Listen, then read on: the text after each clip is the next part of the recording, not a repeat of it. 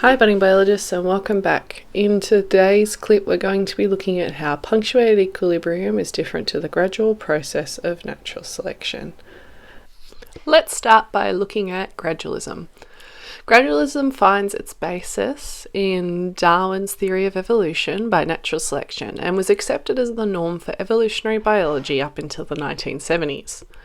Its theory is based on the changes in a species occur slowly and uniformly over long periods of time.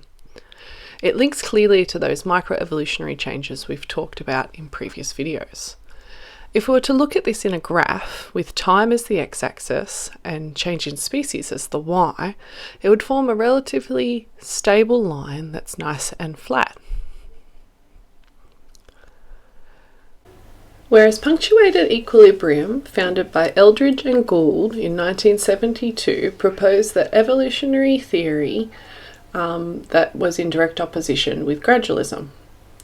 The theory states that there are short periods of rapid evolutionary change during which a new species emerge, followed by long periods of stability.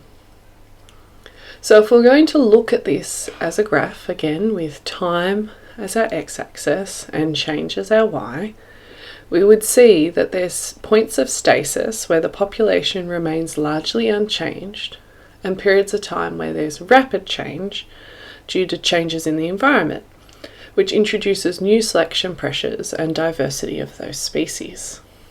This is in direct opposition to the idea of gradualism, where there's that steady change over time. Lastly, let's look at some examples. The example for gradualism is those Darwinian finches in the Galapagos Islands.